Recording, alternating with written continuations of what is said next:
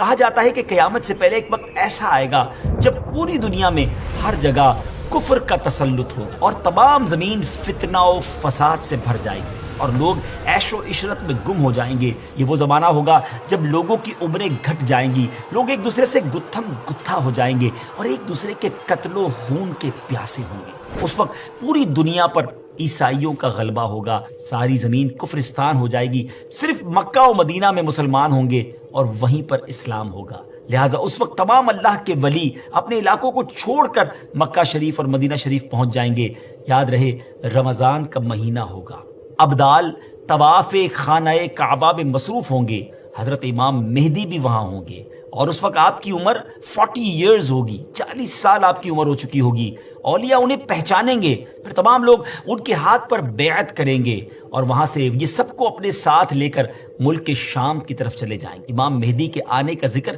ایک دو حدیثوں میں نہیں بلکہ 200 سے لے کر 250 احادیث اور اقوال تابعین میں ملتا ہے۔ ام المومنین حضرت ام سلمہ رضی اللہ تعالیٰ عنہ روایت کرتی ہیں کہ میں نے رسول اللہ صلی اللہ تعالیٰ علیہ وسلم کو یہ فرماتے ہوئے سنا کہ آپ علیہ الصلوۃ والسلام نے فرمایا مہدی حق ہے، اور مزید آپ علیہ الصلوۃ والسلام نے فرمایا امام مہدی سیدہ فاطمہ الزہرا رضی اللہ تعالیٰ عنہا کی اولاد سے ہوں گے۔ بہت ہی اہم بات یہ ہے کہ مہدی آپ کا نام نہیں ہے بلکہ آپ کا لقب ہے۔ ان کی کچھ اور صفتیں بیان کرتے ہوئے اللہ عز و جل کے آخری نبی صلی اللہ تعالی علیہ وسلم نے ارشاد فرمایا مہدی میری نسل سے ہوں گے، ان کی ناک پتلی اور بلند ہوگی اور پیشانی روشن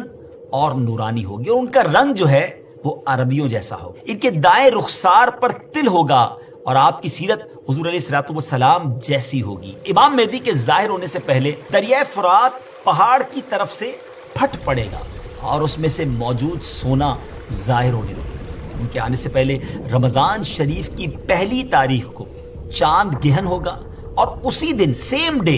دوپہر کے وقت سورج گہن ہوگا، اور ایسا گہن پہلے کبھی نہ ہوا ہوگا۔ اور 3 یا 7 راتیں مشرق یعنی ایسٹ کی طرف سے ایک بڑی آگ ظاہر ہوگی اور بہت بڑے بڑے زلزلے ارتھ کویک بھی آئیں گے۔ امام مہدی کے آنے سے پہلے قسطنطنیہ شہر، جی ہاں جس کو آج ہم استنبول کہتے ہیں، ایک بار پھر غیر مسلموں کے ہاتھ میں چلا جائے گا۔ تو جب مکہ پاک میں تمام لوگ امام مہدی کے ہاتھ پر بیعت کر لیں گے تو پھر وہ وقت آئے گا کہ ایک بار پھر قسطنطنیہ، ایک بار پھر استنبول جو ہے مسلمانوں کو مل جائے گا۔ اور ابھی یہ معاملہ چل ہی رہا ہوگا کہ اتنے میں شور مچ جائے گا، آواز آئے گی کہ دجال آ گیا، دجال آ گیا۔ اور پھر امام مہدی یہ سن کر سب لوگوں کو لے کر ملک کے شام چلے جائیں گے، لیکن جب وہ وہاں پہنچیں گے تو پتہ چلے گا کہ یہ آواز شیطان کی تھی اور اس نے جھوٹ بولا تھا۔ لیکن امام مہدی کے شام پہنچنے کے بعد واقعی پھر دجال نکل آئے گا اور پھر امام مہدی اپنے لشکر کو لے کر وہیں محصور ہو جائیں گے اور اتنے میں دجال پوری دنیا گھوم لے گا۔ رسول اللہ صلی اللہ علیہ وسلم نے فرمایا کہ دین کے کمزور ہو جانے کی حالت میں دجال نکلے گا، اور دجال سے متعلق تفصیلات بیان کرنے کے بعد آپ علیہ الصلوۃ والسلام نے فرمایا اس کے بعد عیسیٰ بن مریم علیہ الصلوۃ والسلام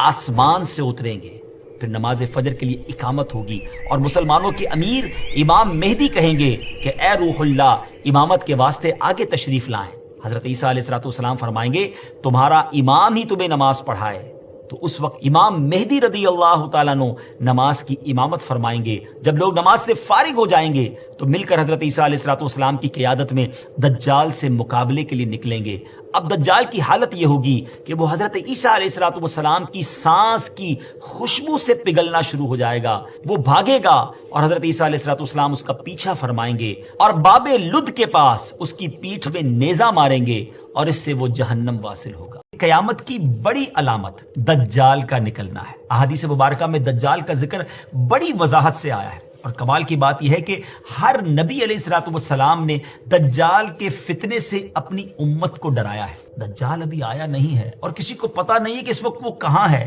لیکن روئے زمین پر ایک صحابی ایسے گزرے ہیں جنہوں نے دجال کو دیکھا بھی ہے، اس سے ملاقات بھی کی ہے اور اس سے بات چیت بھی کی ہے۔ ایک مرتبہ پیارے آقا علیہ الصلوۃ والسلام نے اچانک اپنے صحابہ کرام کو جمع فرمایا اور خطبہ دینے کے لیے ممبر پر تشریف فرما ہو گئے۔ تو نبی کریم علیہ الصلوۃ والسلام نے فرمایا کہ امیم داری نے مجھے بتایا کہ وہ 30 افراد تھے اور ایک شپ میں، ایک کشتی میں سفر کر رہے تھے کہ طوفان آ گیا اور وہ بھٹک گئے